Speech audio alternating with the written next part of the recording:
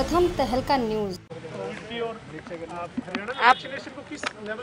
आप देखते हैं कि हरियाणा में कोरोना की लड़ाई को हरियाणा सरकार ने इतने हल्के ढंग से लिया, इतने हमारे लोग पीड़ित हुए, कोई आंकड़े ये दे नहीं पाए कि कितने लोगों की जान गई है, कितने लोगों का इलाज हुआ है, कितने लोग संक्रमित हुए हैं। रोज़ हम आंकड़े देखते हैं, लेकिन आप सब जानते हैं, सारा प्रदेश जानता है कि आंकड़े सही नहीं आ पाए हैं, ये ला नहीं पाए हैं। इनके हाथ पांव फूल गए, ठीक ढंग से कोई अरेंजमेंट हो नहीं सका, ना निजी अस्पतालों में तरह तरह की बातें हैं, बहुत सी बातें हैं, हम उन्हें समय समय पर उजागर करते रहे। लेकिन आज का मुद्दा जो है, आज का मुद्दा ये है कि हम चाहते हैं कि पूरे देश में और हरियाणा में, क्योंकि ये हमने ज्ञापन दिया है आज महामहिम राष्ट्रपति महोदय के नाम, महामहिम राज्यपाल जी के माध्यम से, तो हमारी यही मांग है कि हमारे हर एक नागरिक को, उसमें सभी हरियाणा वासी आते हैं,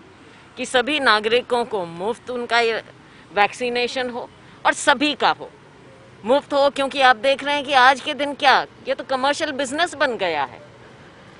तो क्या बीमारी पर तिजारत होगी? देखने वाली बात ये है कि गरीब आदमी, उसको कैसे एक्सेस मिलेगा जब ये आप खुद जाकर देख लीजिए, पोर्टल डाउन हो जाते हैं, सरकार की कोई नीति नहीं है। कभी कह देते हैं 60+, कभी कह देते हैं 45+, कभी कह देते हैं 18 से 45, और आज के दिन ये आलम है कि सेकंड डोज भी नहीं मिल रहा है। जिनको फर्स्ट डोज मिल चुका है वो सेकंड डोज भी नहीं सुनिश्चित ये कर पा रहे हैं। तो आपने जब पहली बार संक्रमण आया, कोरोना आया, तब से अब तक आपने कोई तैयारी नहीं की। आप तो विश्व गुरु बन गए, कहा कि हमने तो जीत लिया है कोरोना को। सेकेंड वेव जब आई है, आप टोटली अनप्रिपेयर्ड थे, कोई तैयारी नहीं थी। आपने तो कोरोना को डस्टबिन में डाल दिया था कि ये खत्म हो चुका है।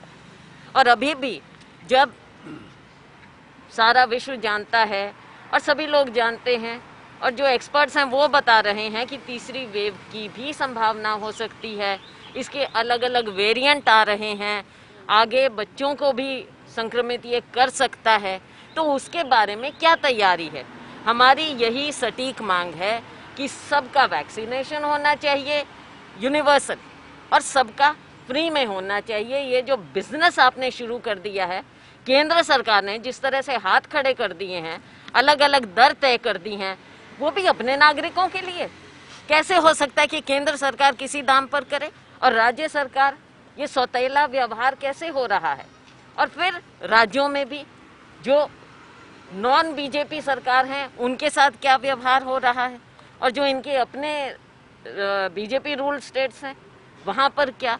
तो जो देश के सामने इन्होंने ऐसी, एक तो कोरोना की मार और दूसरी ओर इस सरकार के, भारतीय जनता पार्टी के निकम्मेपन की मार जो आम नागरिक सह रहा है, हमने उसके खिलाफ ज्ञापन दिया है। और हम उम्मीद करते हैं कि महामहिम राष्ट्रपति महोदय अपनी सरकार को डायरेक्ट करेंगे कि सबका वैक्सीनेशन होना चाहिए और फ्री में वैक्सीनेशन होना चाहिए। मैम, पिछली बार आपने वेंटिलेटर्स और काफी सवाल सरकार से पूछे थे, क्या जवाब मिला और नहीं मिला? तो ये सरकार को कैसे देगा? बात ये है कि सरकार के पास खुद के पास जवाब नहीं है, इन्हें खुद मालूम नहीं है, और वेंटिलेटर्स का ये मालूम नहीं। हमें बताएं, कुछ ऑडिट होना चाहिए केंद्र सरकार से, कितने वेंटिलेटर मिले, आपने कितने लागू किए, चालू किए, कितने लोगों को रखा। आफ्ताब जी यहाँ पर खड़े हैं।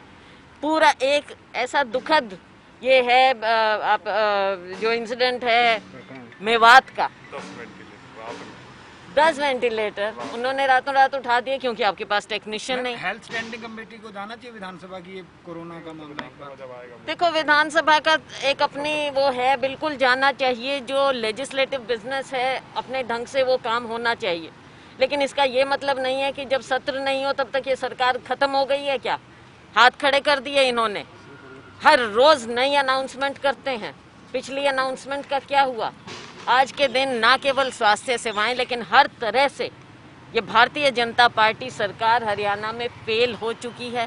किसी नागरिक को इन पर कोई भरोसा नहीं बचा है। हमने ज्ञापन दिया। आप कुछ 1 मिनट। ऑन कर लिया मंडल आप और शैलजा जी जी आज मिले हैं राज्यपाल से, किस मुद्दे पर आपने मुलाकात की है और राज्यपाल से क्या भरोसा मिला है? देखिए, हमने राज्यपाल के संज्ञान में राज्यपाल जी के माध्यम से हमने राष्ट्रपति महोदय को ज्ञापन दिया है, जिसमें हमने अपनी मांग जो हमारे कांग्रेस के शीर्ष नेता उठाते आ रहे हैं, आदरणीय राहुल गांधी जी और प्रियंका गांधी जी, जिसमें एक मांग की गई है कि बिना भेदभाव के समस्त भारत के जो भी इस इसकी इस भूमि पर जो भी नागरिक, जो भी मानवीय जीवन है, उनको समस्त को टीकाकरण होना चाहिए बिना भेदभाव की। आयु सीमा लगा दी गई कि 18 से 45 वर्ष सबको लगना चाहिए। एक तो हमारी मुख्य रूप से मांग ये है, और दूसरी मांग ये है कि निःशुल्क, ये जो इसमें इसकी कीमतों में भी जो फ़र्क आ रहा है कि राज्यों को कुछ उस पर दी जा रही है, निजी अस्पतालों को किसी कीमत पर दी जा रही है, उसमें भी इनको निःशुल्क करना चाहिए। ये हर आप किसी भी देश में देख लीजिए, निःशुल्क टीकाकरण हो रहा है। तो यहाँ क्यों इस तरीके का सरकार के माध्यम से, जबकि हमारी यहाँ की सरकार भी अपने को जन कल्याणकारी कहती है और अधिकतम शासन न्यूनतम सरकार की बात करती है। तो ऐसी में तो होना चाहिए। और ख़ास तौर से जो अब ये भी है इसमें कि जो ग्रामीण पृष्ठभूमि से आते हैं, आपने ऑनलाइन रजिस्ट्रेशन की बात की है, वो कैसे, बहुतों को ज्ञान ही नहीं है, बहुतों के पास स्मार्टफोन नहीं है, तो ये कहीं ना कहीं विसंगति है टीकाकरण की नीति में।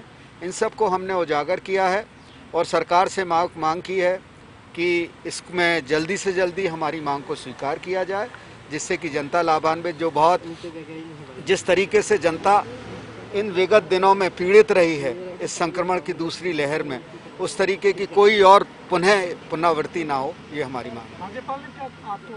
राज्यपाल महोदय ने कहा है कि हम इस ज्ञापन को अपने माध्यम से राष्ट्रपति महोदय के पास पहुंचवाएंगे, और उन्होंने बड़े सब्र के साथ हमारी पीड़ा को, जनभावना जो है उसको सुना।